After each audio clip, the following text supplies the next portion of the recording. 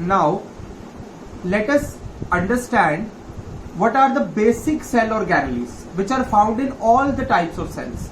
Basic cell organelles, they are majorly three. The first one is the cell membrane, the outer covering of the cell. Then we have nucleus, the brain of the cell, and then we have cytoplasm. You can have a look at the diagram. See, this is the cell. Okay, this structure you see is the nucleus.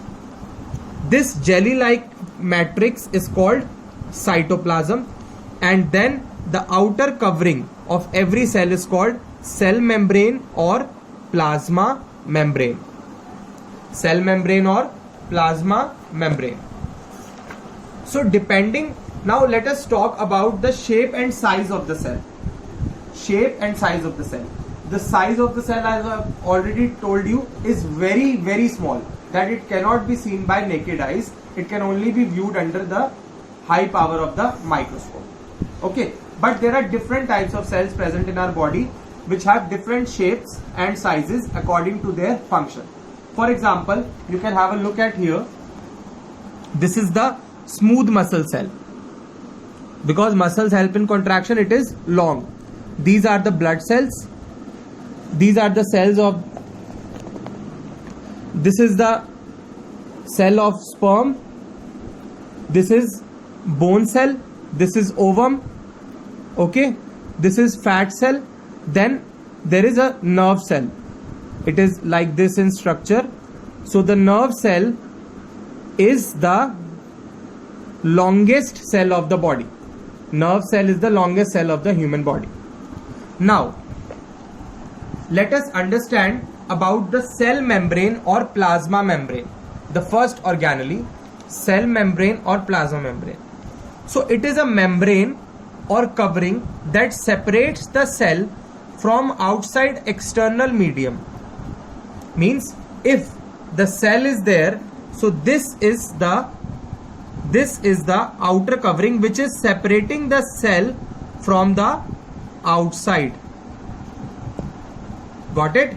So this structure is called cell membrane or plasma membrane. Now the cell membrane or plasma membrane is semi-permeable membrane. Semi-permeable. What is the meaning of semi-permeable? Means it allows the entry of only selected substances and exit of only selected substances. Means all the substances cannot come and go outside the cell. Only selected materials can come into the cell and go outside the cell. So that is why the plasma membrane, the nature of the plasma membrane is semi-permeable. Semi means it allows the entry and exit of only limited materials, selected materials. Got it? Now there is a term diffusion.